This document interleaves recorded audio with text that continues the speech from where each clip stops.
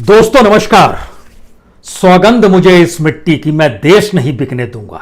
जी, ये शब्द आपके जहन में जैसे ही आएंगे 6 बरस पहले लौट चलिए। 25 मार्च 2014 बीजेपी ने अपना नेशनल एंथम लोकसभा इलेक्शन के लिए यह जारी किया था, जिसमें बहुत बातों का जिक्र है। इसका जिक्र हम आखिर में जरूर करेंगे, उसके बाद आप समझ पाएंगे इन 6 बरस में उस 6 बरस पहले के पॉलिटिकल एंथम का हुआ क्या। लेकिन यह लाइन बड़ी महत्वपूर्ण है, सौगंध मुझे इस मिट्टी की, मैं देश नहीं बिकने दूंगा। और जैसे ही हम देश नहीं बिकने का जिक्र करते हैं, वैसे ही हमारे सामने बहुत सारी कंपनियां, इस देश की कंपनी, सार्वजनिक उपक्रम की कंपनी एक लाइन से रेंगने लगती है, इसे खरीद कौन ले गया और बेचा किसने, और बेचने के बाद उस पैसे का इस देश में हुआ क्या। और क्या यह एक लंबी कतार है जिसमें एक के बाद एक कंपनियां बिकते चली जाएंगी और संयोग से हर कंपनी के साथ एक शब्द लिखा रहता है, भारत, इंडिया, भारतीय, और वही कंपनी बाजार में बेचने के लिए सरकार तैयार हो जाती है। तो सौगंध मुझे इस मिट्टी की, मैं देश नहीं बिकने दूंगा। लेकिन आपके जहन में भारतीय कोल, जी, कोल इंडिया नाम आना चाहिए। बिकने की स्थिति देश के भीतर में कैसे आई है बताने की जरूरत नहीं। भारतीय संचार निगम बीएसएनएल, बिकने की स्थिति कैसे आई है बताने की जरूरत नहीं। भारतीय पेट्रोलियम बीपीसीएल, बिकने की स्थिति कैसे आई है बताने की जरूरत नहीं है। एयर इंडिया, जितने भी इंडिया शब्द के नाम हैं और सार्वजनिक कंपनियां हैं जिसको इस देश की मेहनत के साथ, उसके पसीने की कमाई के साथ, और लोगों ने जिस रूप में खून पसीना बहाया है और एक लंबे दौर में उसे इस देश में खड़ा ही नहीं किया गया, उससे करोड़ों का मुनाफा इस देश के खजाने में पहुंचा है। हर कोई कतार में है, बिकने के लिए तैयार खड़ा है। और इस कतार में नया नाम है भारतीय रेल।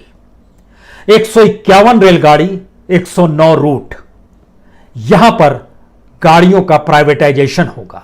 आप कहेंगे प्राइवेटाइजेशन का मतलब बेचना तो नहीं होता है। आप यह भी कहेंगे कि प्राइवेटाइजेशन जो है दरअसल यह तो प्रतिस्पर्धा पैदा करता है, और जब कोई चीज कमजोर हो रही हो तो उसको तो बेच देना ही उचित है, जिसके जरिए उसके जरिए मुनाफा भी आए, जनता को सुविधा भी मिले, और फिर देश का इंफ्रास्ट्रक्चर मजबूत होते चला। इसमें गड़बड़ी क्या है। लेकिन भारत के एक सच को आप शुरू में ही समझ लीजिए, भारत में कोई भी चीज प्रतिस्पर्धा के आधार पर विकसित नहीं होती है। राजनीति से आपके संबंध हैं, और राजनीति अपने तौर पर अपने प्यादों को प्राइवेट सेक्टर में भी खड़ा करती है, उन्हें मुनाफा देती है, क्योंकि उस मुनाफे की हिस्सेदारी पॉलिटिकल फंडिंग से लेकर सरकार के भीतर बैठे हुए तमाम जो मुख्य लोग होते हैं उनको गाहे बगाहे मिलती रहती है। और उसमें कोई सीएजी जांच नहीं करती है, उसमें कोई पीएससी यानी पार्लियामेंट्री अकाउंट कमेटी भी नहीं बैठती है, क्योंकि जैसे ही आप सार्वजनिक उपक्रम में गड़बड़ी करते हैं तो उसकी जांच होती है, सीएजी एक एनालिसिस करती है, पीएससी उस पर रिपोर्ट तैयार करती है, मामला पार्लियामेंट तक पहुंच जाता है। लेकिन प्राइवेट सेक्टर में तो आप कुछ भी कर सकते हैं। फिर भी आप कहेंगे नहीं नहीं ऐसा नहीं है, प्राइवेट सेक्टर के खिलाफ क्यों हैं आप। मौजूदा वक्त में जब आप अस्पतालों के लिए भाग रहे थे तो आपके जहन में एक बार भी यह सवाल आया कि दरअसल सरकारी अस्पतालों को आप क्यों खोज रहे हैं? क्योंकि वहां पीपीई का पैसा नहीं लिया जाता है, वहां आईसीयू में भर्ती करने का पैसा नहीं लिया जाता है, वेंटिलेटर का पैसा बड़ा चंद लिया जाता है। लेकिन आप किसी भी प्राइवेट हॉस्पिटल में, चाहे वो दिल्ली हो चाहे बॉम्बे हो, आपके हिस्से में जो बिल आएगा वो तकरीबन 15 लाख से कम का नहीं होगा अगर आप 14 दिन वहां पर भर्ती रहे, यानी एक दिन का 1 लाख रुपया। यह है प्राइवेट सेक्टर का मतलब, वह भी ऐसे क्राइसिस के दौर में, जिस क्राइसिस में समूचे देश को तो एक साथ खड़ा होना है, लेकिन प्राइवेट हॉस्पिटल्स मुनाफा खोज रहे हैं। इसी दौर में देखिए कि जो क्वारंटाइन सेंटर के लिए रेलगाड़ियों को खड़ा कर दिया गया और इतनी बड़ी तादाद में अलग अलग जगहों पर स्पेस क्रिएट किया गया, और रेलगाड़ी वहां पर क्वारंटाइन सेंटर में जब तब्दील कर दी गई, तो क्या ये प्राइवेट सेक्टर के हाथ की रेलगाड़ी होती तो सरकार खड़ा कर सकती थी, या उसको सरकार को उसकी एवज में पैसा देना पड़ता, या फिर वो अपने तौर पर कहते कि हम व्यवस्था करते हैं लेकिन इसकी एवज में हम पैसा लेंगे हर मरीजों से, ये होता। इसका एक मतलब यह है कि दरअसल प्राइवेट सेक्टर अपने तौर पर मुनाफे के आधार पर होता है, वो कोई सोशल सर्विस करने हुए नहीं निकला होता है। लेकिन भारत की आजादी के बाद से इस देश की फिलॉसफी बहुत साफ तौर पर रही है जो न्यूनतम जरूरतें होती हैं, जो जिंदगी से जुड़ी हुई जरूरतें होती हैं, उसको सरकार अपने तौर पर चलाएगी, क्योंकि भारत डेमोक्रेटिक स्टेट है। यहां पे लोग अपनी सरकार को चुनते हैं और वो सरकार की जिम्मेदारी अपने लोगों के प्रति होनी चाहिए। लेकिन सरकार ने ही अगर पल्ला झाड़ लिया और नए तरीके से परिभाषित कर दिया कि हम आपको सुविधा देंगे, आप हमें पैसा दीजिए, तो फिर आप एक एक स्टेप देखते चले जाइए। यूनिवर्सिटीज की तादाद देश में कितनी है? Private 389 universities. और जो सबसे पिछड़े इलाके होते हैं, सबसे पिछड़े राज्य होते हैं, वहां पर नई नई यूनिवर्सिटी खुल जाती है, वह भी कमाई के रास्ते के लिए। हॉस्पिटल्स इसी तरीके से खुल जाते हैं। और तो और अब तो पानी तक इस देश में प्राइवेटाइज हाथों में आ गया है। जो बोतल बंद पानी है, उसका जो मुनाफा है, उस मुनाफे के बराबर भारत के सरकार का बजट नहीं है कि वो साफ पानी दे सके। इस देश के भीतर में एक साल में प्राइवेट हॉस्पिटल्स जितना मुनाफा कमा लेते हैं, उतना 5 साल का सरकार का हेल्थ सेक्टर का बजट नहीं है। और तो और स्थिति यह आ गई कि 2019 के बजट में से 5,000 करोड़ रुपए और कम कर दिए गए 2020 के बजट में। दुनिया में एक ऐसी स्थिति आपको देखने को नहीं मिलेगी जहां पर प्राइवेट सेक्टर को इसलिए खड़ा किया जाता है कि सत्ता के अनुकूल एक एटीएम लगातार काम करते रहे। आज हम आपको इसका भी एक उदाहरण देंगे, लेकिन जब हम आपसे जिक्र आज रेलवे का करने वाले हैं तो जरा समझिए, भारत के लिए लाइफलाइन रही है रेलवे। और रेलवे का मतलब क्या होता था और उसको किस तरीके से खत्म कर दिया गया, उसके लिए एक क्षण के लिए आप तमाम पीएसयूज की जब लिस्ट देखिएगा तो आप समझिएगा कि ये सारे पीएसयू जिनका डिसइन्वेस्टमेंट हुआ है, जिनको बेचा गया है, जिसमें शेयर्स बेचे गए हैं, वो मुनाफा कमाते थे, फिर घाटे में क्यों आ गए? तो हम एक ऐसी प्रक्रिया के तहत चलते हैं जिसमें वो चीजें घाटे में तब्दील होती चली जाए, और जब उसको बेचना शुरू करें तो फिर सामने वाले को बहुत कम कीमत में बेच दें, और सामने वाला इसलिए उसको खरीद ले क्योंकि उसके जरिए उसको तुरंत मुनाफा मिलने में लगेगा। और ये एक लंबी फेहरिस्त भारत में रही है। जब मौजूदा सरकार जब देश नहीं बिकने दूंगा ये कहते हुए 2014 में सत्ता में आई, तो 2014 से 2015 यानी इस साल में 24,348 करोड़ रुपए का डिसइन्वेस्टमेंट हुआ। उसके बाद 15-16 में 23,996 करोड़ का, और इसके बाद तो रफ्तार पकड़ ली डिसइन्वेस्टमेंट ने। 16-17 में 46,247 करोड़ रुपए का, 17-18 में 1 लाख करोड़ से ज्यादा का डिसइन्वेस्टमेंट किया गया, और 18-19 में 84,000 करोड़ से ज्यादा का डिसइन्वेस्टमेंट हुआ। और अभी भी टारगेट है तकरीबन 1 से 2 लाख करोड़ रुपए का हम डिसइन्वेस्टमेंट करने को तैयार हैं। एयर इंडिया को बेच दें, बीपीसीएल को बेच दें, कॉन्कर को बेच दें, एक लंबी फेहरिस्त है। इन बातों का जिक्र इसलिए है क्योंकि आप सिर्फ रेलवे को अकेले मत देखिए और यह मत सोचिए कि इसके बाद शायद वहां पर 5 सितारा गाड़ी होगी, 5 सितारा दौड़ने वाली परिस्थिति होगी, 160 किलोमीटर की रफ्तार से दौड़ रही होगी, ट्रैक भी शायद प्राइवेट के होंगे, डब्बे प्राइवेट के होंगे, बड़ी सुविधा होगी, बड़ी चीजें होंगी। तो यह देश सिर्फ पैसे वालों के लिए है क्या? जिनके पास पैसा है, क्योंकि हमने इस देश के भीतर में कोई इंफ्रास्ट्रक्चर खड़ा किया ही नहीं। एजुकेशन का नहीं किया तो बड़ी तादाद में बच्चे हायर एजुकेशन के लिए भारत छोड़कर विदेशों में चले गए। हमने हेल्थ सेक्टर क्रिएट नहीं किया, तो अब बीमारी के वक्त में आपको यह जानकर हैरत होगी, जब हमने देखना समझना शुरू किया तो इस देश के जो पैसे वाले लोग हैं अब वो अपने घरों में ऑक्सीजन सिलेंडर रख रहे हैं।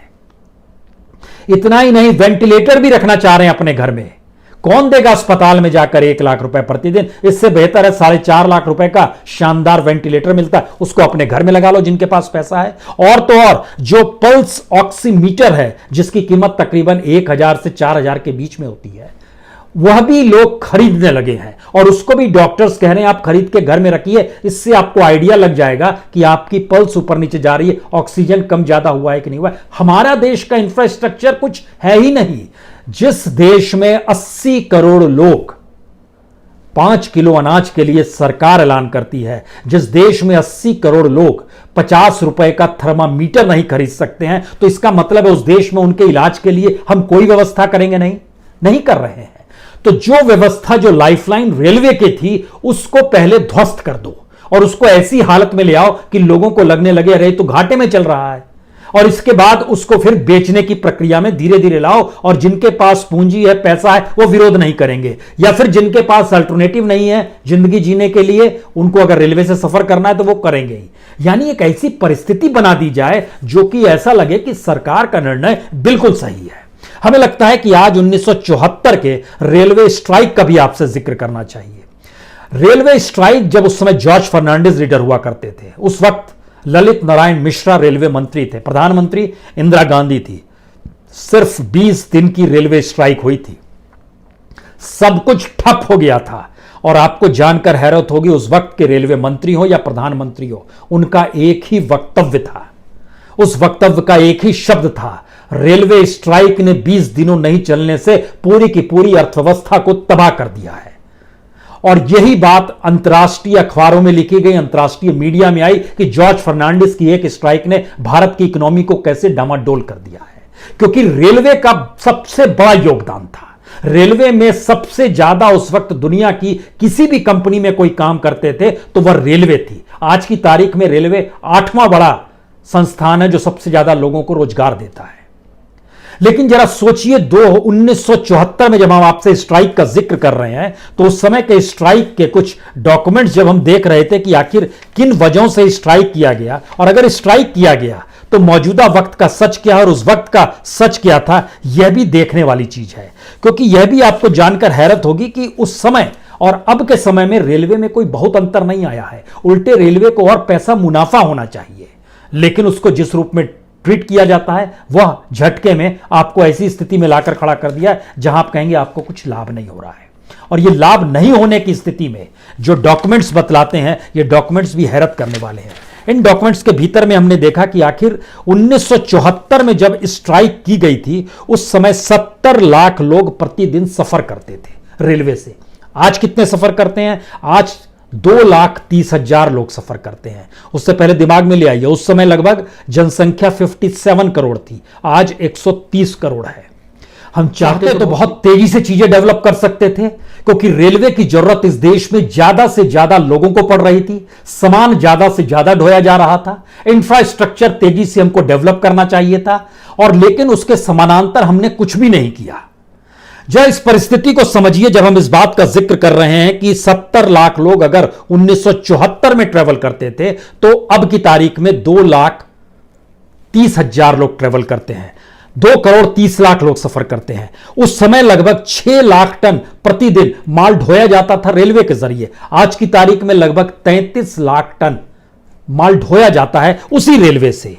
यानी उस समय लगभग 17 लाख कर्मचारी थे, आज की तादाद में तो 14 लाख कर्मचारी हो गए। कर्मचारी भी कम कर दिए गए हैं, और प्राइवेटाइज होने के बाद चीजें और तेजी से ज्यादा आधुनिकीकरण की दिशा में और पैसे ज्यादा समेटने की परिस्थितियों में कर्मचारी और कम होंगे, इससे इनकार नहीं किया जा सकता है। लेकिन महत्वपूर्ण है कि जो रेल स्ट्राइक हुई थी, उसके साथ जिन वजहों को बताया गया था, उसमें साफ तौर पर कहा गया था कि रेलवे के कर्मचारियों को जितना न्यूनतम वेतन मिलना चाहिए, दूसरे पीएसयू की तुलना में वो कम मिल रहा है, बोनस नहीं मिल रहा है। और लंबी फहरिस्त बताई थी उस वक्त जॉर्ज फर्नांडिस ने। लेकिन एक के बाद एक इस बात का जिक्र हुआ कि दरअसल ऐसा नहीं है। उस समय कोल माइंस में, स्टील मिल्स में, इलेक्ट्रॉनिक फैक्ट्रीज में ज्यादा बोनस था, ज्यादा पैसा मिल रहा था। जितने पीएसयूज थे, मिनिमम वेजेस उनका कॉम्पिटिटिवली रेलवे से ज्यादा था। मौजूदा वक्त की स्थिति तो और बिगड़ी हुई है।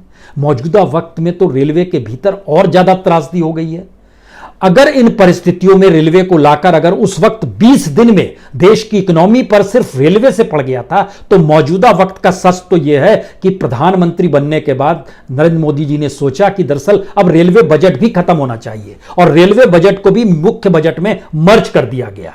यानी सब कुछ एक साथ किस तरीके से अपनी हथेली के भीतर रखा जा सके, यह एक तरीके होते हैं। और इसी के जरिए प्राइवेट सेक्टर को फिर कहा जाता है, नहीं तो पहले रेलवे डिसीजन लेता, पोर्ट से आपको रेलवे तक जोड़ना है, रेल को पोर्ट से जोड़ना है, आप रेलवे को डिसीजन लेना होगा। सड़कें बनानी है, रेलवे को डिसीजन लेना होगा। रेलवे की जमीन पे क्या कुछ बनेगा, रेलवे को डिसीजन लेना होगा। लेकिन इस परिस्थिति में जब आप प्राइवेटाइज करेंगे तो रेलवे अपनी जमीन किसी भी हालत में दे देगी वह प्राइवेट सेक्टर को। और इतना ही नहीं, जो देश भर के अलग अलग रेलवे स्टेशन को, जो 60 रेलवे स्टेशन को आधुनिक बनाने का जिक्र किया, उसमें भी यही प्रावधान था कि रेलवे की जमीन उन प्राइवेट्स को हाथों में दे दी जाएगी 49 ईयर्स के लिए कि अब आप प्लेटफॉर्म चलाइए, आप अपने तरीके से सारे काम कीजिए। वह जिन चीजों को चाहेंगे, लेकिन इस देश का सोशल इंडेक्स, इस देश का सोशल स्ट्रक्चर क्या कहता है? 80 करोड़ लोग 5 किलोग्राम के अनाज पर टिके हुए हैं। यही सच है। अब आप देखिए कि जब आप प्राइवेटाइजेशन में प्रतिस्पर्धा का जिक्र करते हैं तो हमको लगता है कि ऐसे में आपको एक एग्जाम्पल सरकार के सबसे करीब के व्यक्ति का लेना चाहिए, उसके बाद स्थिति एक और आपकी साफ होगी। और इसमें हमको लगता है कि गौतम अडानी से बेहतर कुछ नहीं हो सकता है, क्योंकि उनके डाटा बड़े जबरदस्त है। वो डाटा क्या बतलाते हैं, इसको आप जरा समझने की कोशिश कीजिए।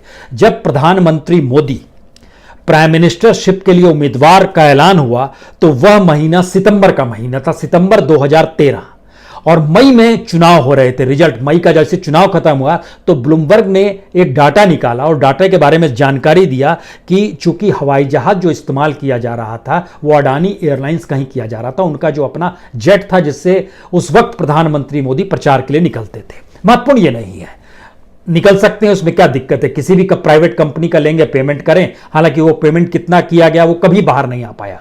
लेकिन सितंबर 2013 में अडानी का जो नेटवर्थ था वो 1.9 बिलियन डॉलर का था, 2013 सितंबर।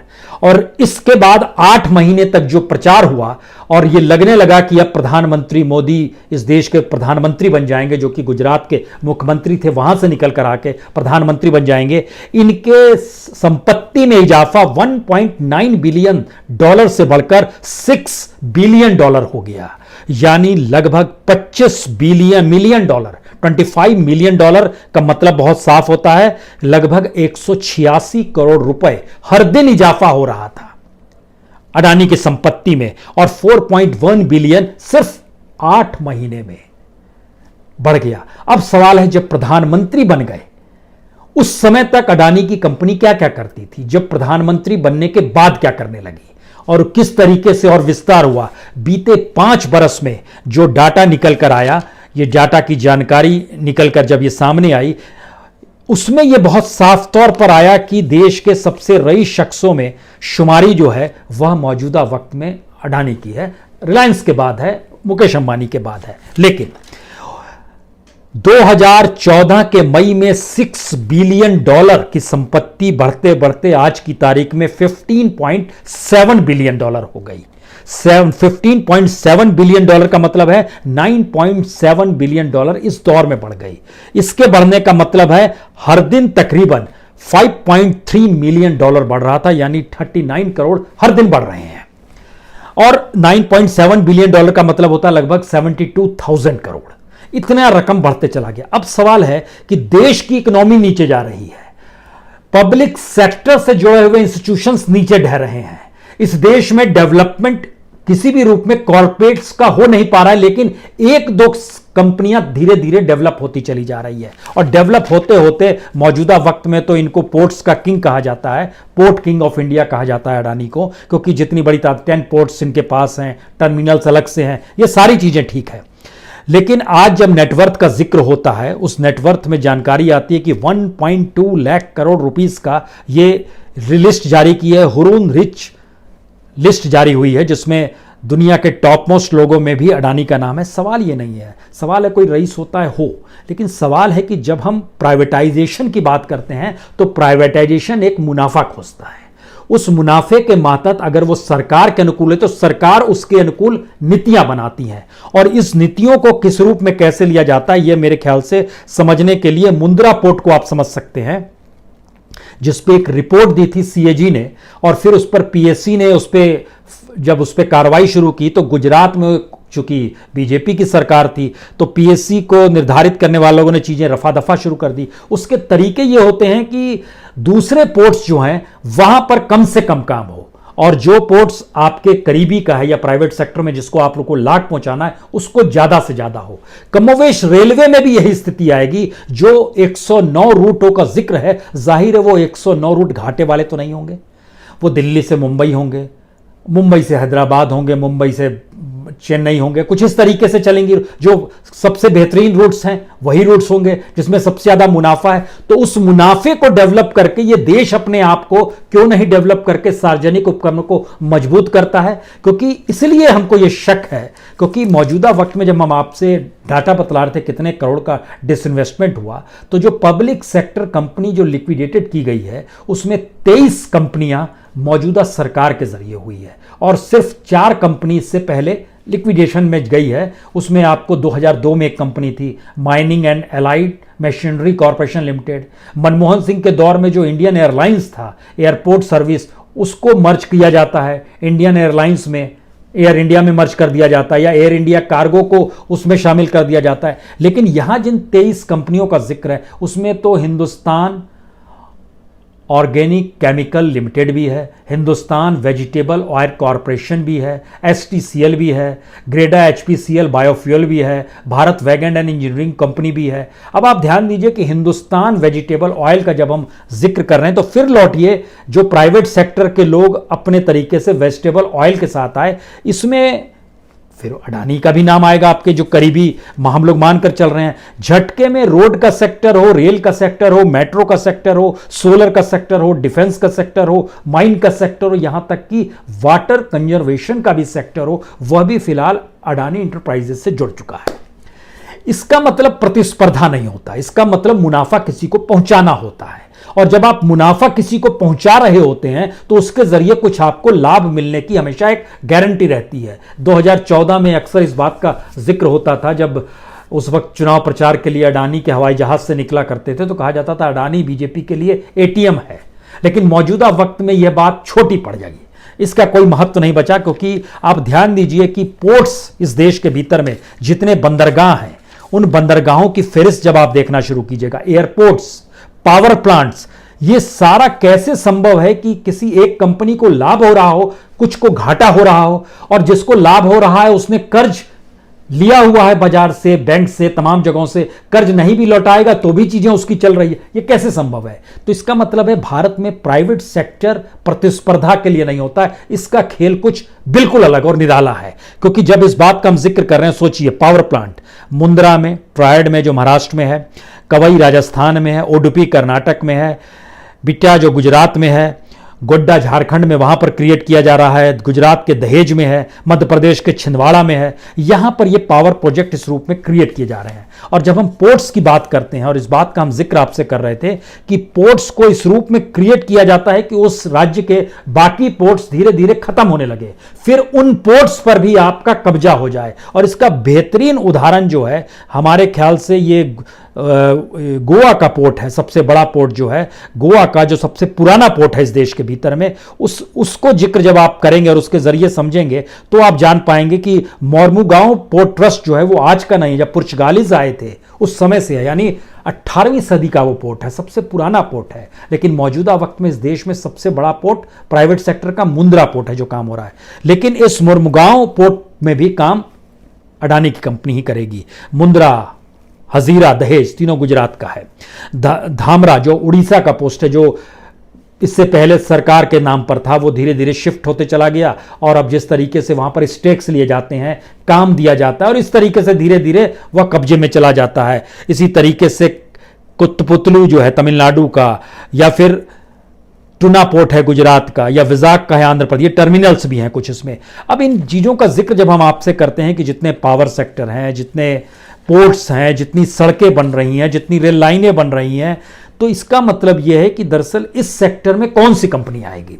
जाहिर है वही कंपनी आएगी जो सरकार के अनुकूल होगी, वही कंपनी आएगी जो सरकार को सबसे ज्यादा लाभ दे पाती हो। यहां पर जनता का जिक्र नहीं है। लेकिन फिर लौटिए, भारत की आजादी के साथ जो पीएसयूज बनाने का सपना था, उसके पीछे सिर्फ एक ही ख्वाब था, किसी भी तरीके से इस देश के भीतर में चूंकि बड़ी असमानता है, बहुत ज्यादा गरीबी है, बहुत ज्यादा विपन्नता है, तो हम इस स्ट्रक्चर में काम करें जिससे जिंदगी जीने की न्यूनतम जरूरतों को मुनाफे के साथ ना जोड़ सके, बल्कि जो खर्च हो रहा है और जो लिया जा रहा है वो कमोबेश घाटा ना हो, जीरो पर रहे। लेकिन इसके बावजूद भी जिन जिन कंपनियों को बेचा गया, जो पीएसयूज थे, और अब जब रेलवे में घुस रहे हैं हम लोग, तो उस जगह को सेल किया जाता है जहां पर लाभ है, और उसका जो कौड़ियों के मोल दे दिया जाता है। पहले शुरुआत में पीपीई मॉडल कहा जाता है और धीरे धीरे वो कैसे ट्रांसफॉर्मेशन होता है उसका किसी एक कॉर्पोरेट के साथ, ये कोई छुपा हुआ नहीं है,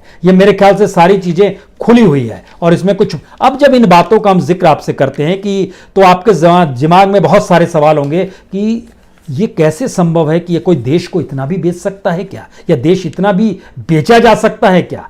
तो इसके लिए हमको लगता है कि हम जब आपसे जिक्र कर रहे थे यूनिवर्सिटीज़ का, 359 यूनिवर्सिटीज़ प्राइवेट है और सोचिए कि राजस्थान जैसी जगह में 52 यूनिवर्सिटी प्राइवेट है जहां पर एजुकेशन को लेकर बहुत सारे सवाल है। झारखंड में 15 यूनिवर्सिटी, मध्य प्रदेश में 35 यूनिवर्सिटी, उड़ीसा में 8 यूनिवर्सिटी, उत्तर प्रदेश में 29 यूनिवर्सिटीज, बिहार में 7 यूनिवर्सिटीज। और जब इन प्राइवेट यूनिवर्सिटीज को मिलने वाले धन का जिक्र हुआ तो यह भी आपको जानकर हैरत होगी कि जो गवर्नमेंट के यूनिवर्सिटीज है उन यूनिवर्सिटीज की तुलना में ये ज्यादा मुनाफा कमा लेते हैं। तो सरकार ये काम क्यों नहीं करती है? क्योंकि एजुकेशन की जरूरत है, लेकिन उसके पैरेलल में सरकार चाहे तो और बेहतर इंस्टीट्यूशन खड़ा कर सकती है, जैसे दिल्ली यूनिवर्सिटी है। अब तो धीरे धीरे उसकी भी फिलॉसफी बनाई जा रही है कि यह भी प्राइवेटाइज कैसे कर दिया जाए।